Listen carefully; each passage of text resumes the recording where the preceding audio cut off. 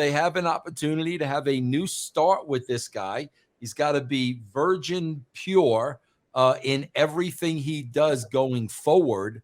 But feeding him to Roman Reigns puts him right back where he was.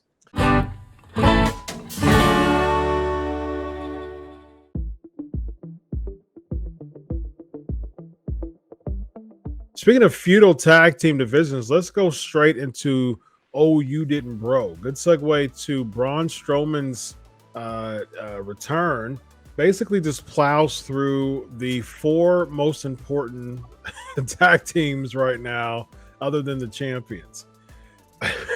Vince Russo, we've talked about this before. What a weird way to bring in. No, weird's not the word, Chris. The word you're looking for is terrible. Terrible? It's terrible. Absolutely terrible. And I put some of the onus on Braun. Because if I'm Braun and I've been away for however long I've been away, I am going to question before I agree to do anything. What are the plans for bringing me back? Lay it out to me. Tell me. Bro, many talent asked me that throughout my career when they were out and they were hurt. Okay, what's the plans in bringing me back? I would lay it out to them. We would talk about it. This was horrible, bro. Just not weird, not peculiar, absolutely horrible, man. They should have set the stage where this guy came back in a big spot with impact, not laying out 4 tag teams that don't mean crap. That's my opinion. Well, what's old is new, isn't that the case? So if it ain't broke, I guess you don't fix it, or do you just not find a better idea? But I would say, too, on the reverse and the hindsight of that, I believe the brashness of a Braun would tell me, it got over 2 million YouTube views on the first hour. So that's somewhat a success in one way that maybe we don't look at it like that. So on that note, EC3, the tag team division basically went up in smoke as of Monday. Why do you think that was? Out of 3 hours of bringing Braun back, I understand. Okay, yeah, I want to make Braun look big and beat up all the tag team division, but is sacrificing the tag team division worth Braun doing that when he's already big and intimidating and he can just beat up anyone? He could have totally obliterated and ended the 24/7 championship period at that time. But that would have been a blessing for everybody. That's what I would. I think he should have just obliterated the 24/7 division and put it into the official. I don't know if they're still doing it, but the entire idiotic,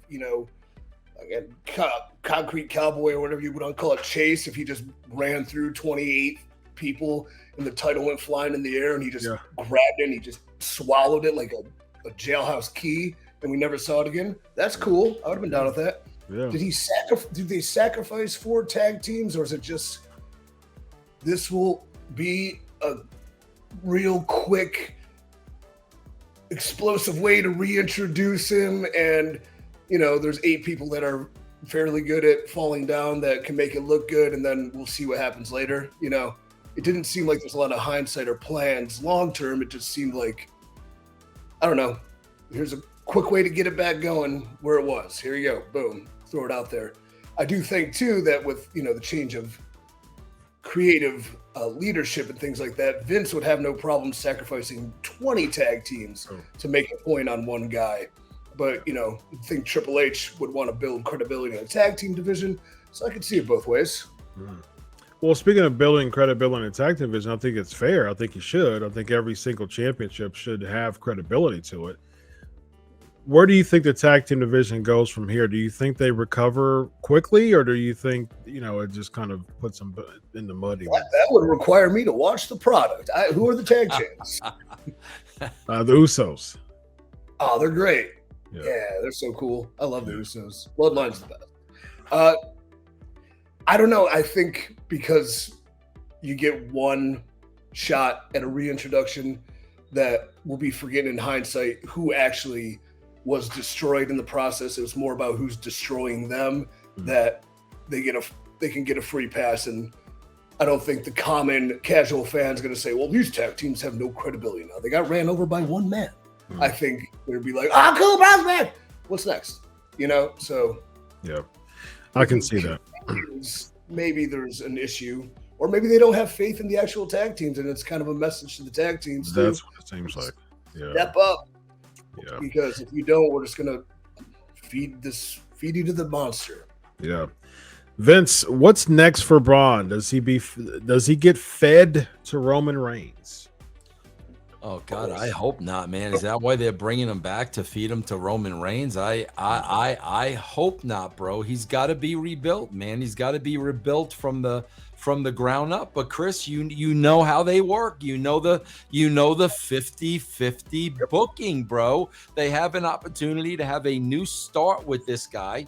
He's got to be virgin pure in everything he does going forward. But feeding him to Roman Reigns puts him right back where he was. Indeed. EC3, what do you think? What's next for Braun? What does this lead to short term? Well, I mean, it depends how much drive he has to push himself to the limit at this point, because he's been through the system once. He's seen the other side, obviously. He knows what else is out there. Hopefully through the vast amount of leadership he gained working with me and upstart talents, and being more of a helping hand and a guiding hand and pushing people to go past their limits and take initiative and be their best. It will be on him to take that upon himself and do the work necessary, the hard work, the right, proper fighting for yourself, not at the expense of the product, but why it will benefit the product. I guess I don't want to say the political maneuvering, but the ability to communicate how and why I should be the top guy, short of I'm the biggest and I get a lot of views on YouTube.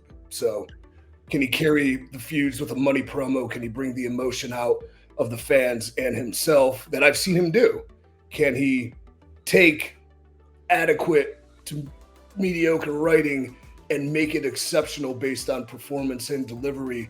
Can he take that top spot? It's really on him at this point. So you've worked with Braun, of course. Is Braun more of someone who would push back a particular idea or angle he doesn't like, or is he more of a company guy and just go with it? Yeah, he pushed back on it, something he doesn't particularly like, and I do think that might have been a reason for his initial release, probably how he pushed back. He liked dressing up like an elf.